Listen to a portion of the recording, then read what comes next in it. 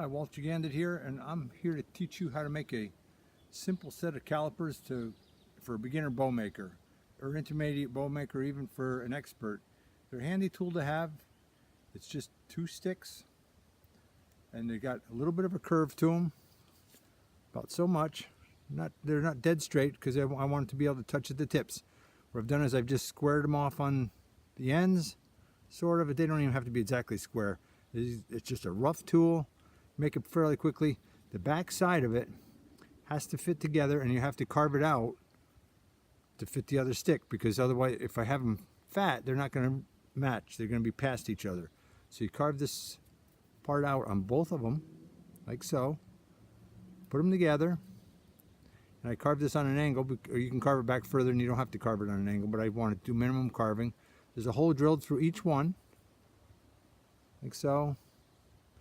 Like so, and I'm gonna put a screw and a nut through them, so they go together like so, and they'll be adjustable. So once I tighten that nut down, I can set this where I want it to be, and that's where it's gonna stay. This will be my gauge. So if I want my bow limb to be this thick, this is where I'll set it, and you just run it up and down it, and if it's pushing them apart, or if it's too thin, then you know you have to thin the rest of your limb to match where that thin spot is, because that's where it's going to hinge.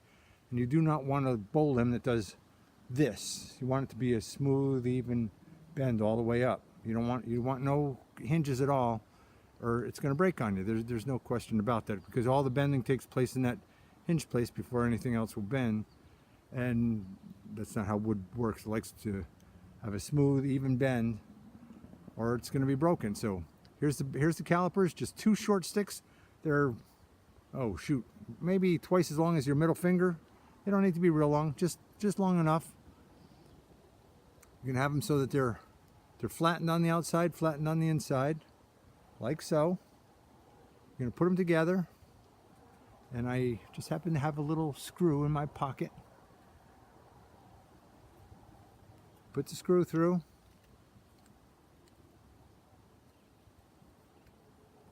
Like so.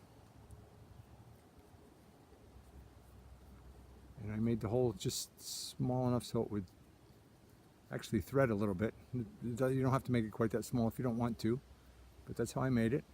And I happen to have a nut in my pocket that fits this screw. So this is the easiest way. You can put a wedge of wood in there and do it that way, but as long as we have technology, use it to your advantage. Okay, now it won't turn with my fingers anymore because this is a self-locking nut, so I'm going to take out my Swiss Army knife and take out the screwdriver bit. I'm going to turn it in.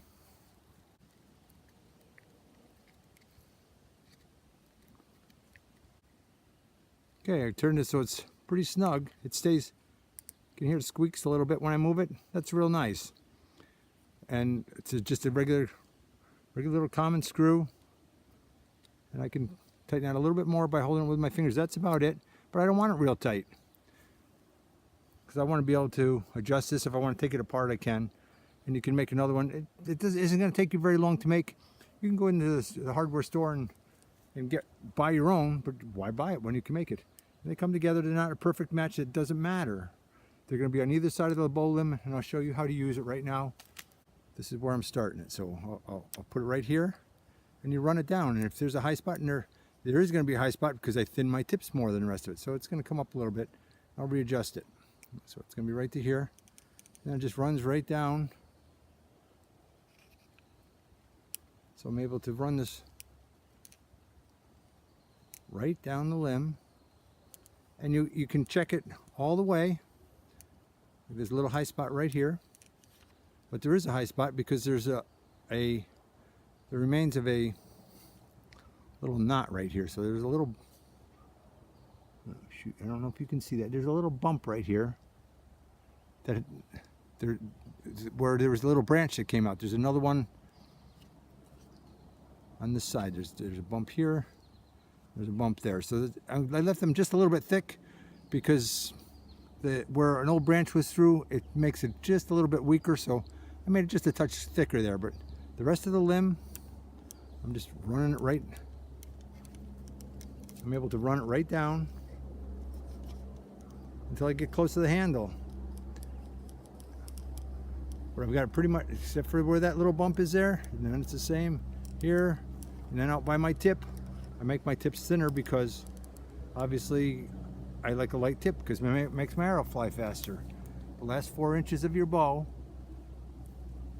4 grams of weight, will make your arrow fly 1 foot per second slower. So if I have an extra 20 grams on the end out here, it's going to make my arrow fly, do the math, 5 feet per second slower. So you want your tips to be relatively, I want it to be sturdy, I don't want them to break, but I want it to be thinner than the rest of my bow. So I have that lightness, and yet I still have, for the quickness of my arrow, 5 feet is quite a bit for your arrow speed.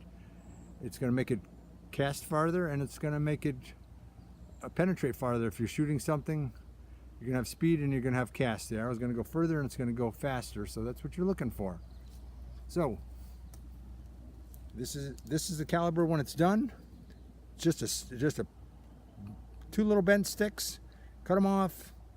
You can make them a little bit bigger if you want to, but it's this big. That's all there is to it. Screw that goes through it. I don't care if the screw sticks through.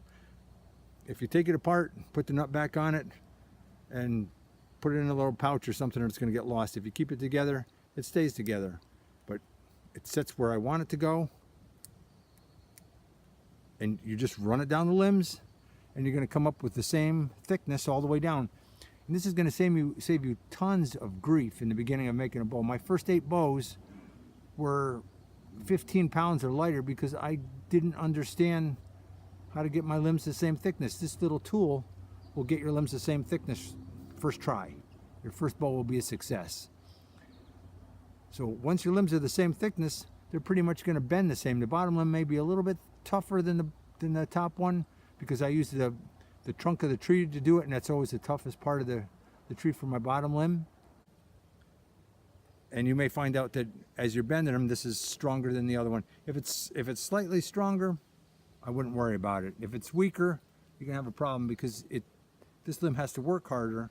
If it's slightly stronger, after a while it almost always catches up with the other one. So if it's not exactly perfect with both of your limbs, what I do is I measure off the handle, just past my handle right here on the limb, measure up to when my string is strung. I do it on this side, and if they're within a 1/4 of an inch, I don't usually worry about it. But if it's wonked off and this one limb is way higher and the string is running like this, you have to weaken your stronger limb. The stronger limb is going to be the one that bends the least. And this tool is going to save you all kinds of grief. You can easily make bows with this. Once you get good enough, you're not going to be able to do it with your first bow. I just use my fingers for my guide, and they're my caliper. This is my caliper right here. You just run up. Oh, there's a little bit of a bump there, but it's not enough to worry about. Okay, right here. Yep, right here it is. And there's a little knot right there. So I don't even have to look at this side. This is the back of the bow. This is the belly. The belly's once I finish the back, I don't touch the back ever again. It's all on the belly, and I'll be scraping the belly to get it all to the same thickness. But it gets your limb so that it's pretty much bending symmetrically in an arc. If it doesn't bend in an arc, if all the bend is taking place right here and the rest of the limb is straight, it's too much tension here. It's almost a hinge point, and if it is hinging, stop bending it right away. You have to thin it on both ends of where that bow is bending real tight, because it's going to break right there. It's like a tree branch. When the tree branch bends so far, it cracks, and this is just a modified tree branch that you make so that it will bend symmetrically. You're not going to bend a wooden bow over halfway. It's just not going to happen.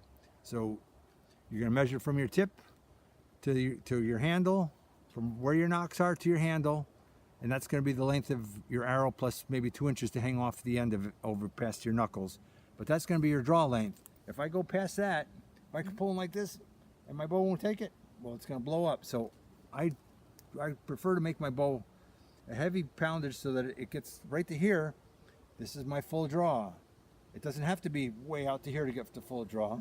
This is the poundage I want to shoot at because I've made my own bow, and I know what the poundage is going to be. You're creating your own creation, and this is a tool that's going to help you tremendously. Thanks for watching.